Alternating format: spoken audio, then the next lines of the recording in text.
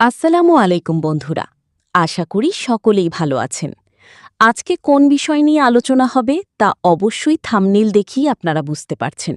তো দেরি না করে এবার চলুন সামনে কি আছে দেখে নিই।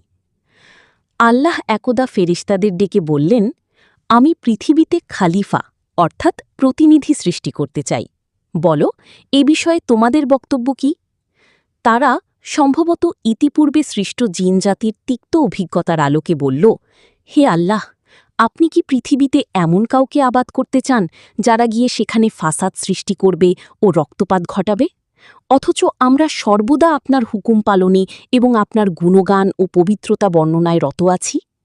এখানে ফেরেশতাদের উক্ত বক্তব্য আপত্তির জন্য ছিল না, বরং জানার জন্য ছিল। আল্লাহ বললেন, আমি যা জানি তোমরা তা জানো না। সূরা বাকারা।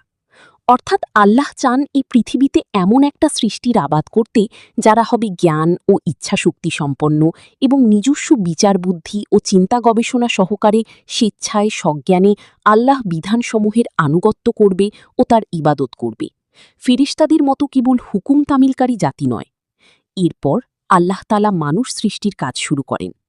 আজকে এ পর্যন্তই।